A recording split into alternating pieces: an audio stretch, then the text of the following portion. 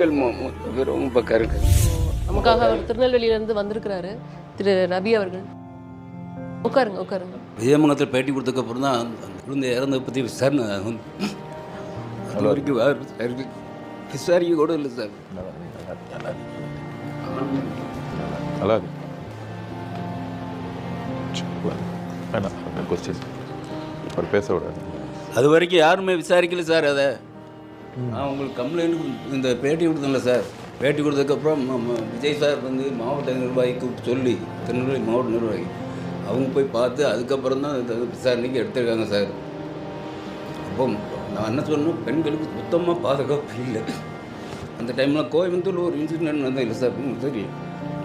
அதனால தான் பெண்களுக்கு பாதுகாப்புனா மகளிர் போலீஸ் காவல் நிலையம் அதிகரிக்கப்பட வேண்டும். அதே மாதிரி இங்கே கொடுக்கக்கூடிய புகாரை உடனடியாக அவங்க பரிசீலிக்க வேணும். புகாரை வாங்கி அங்கே போட்டு அப்படி போகக்கூடாதுன்னு சொல்லிடுங்க.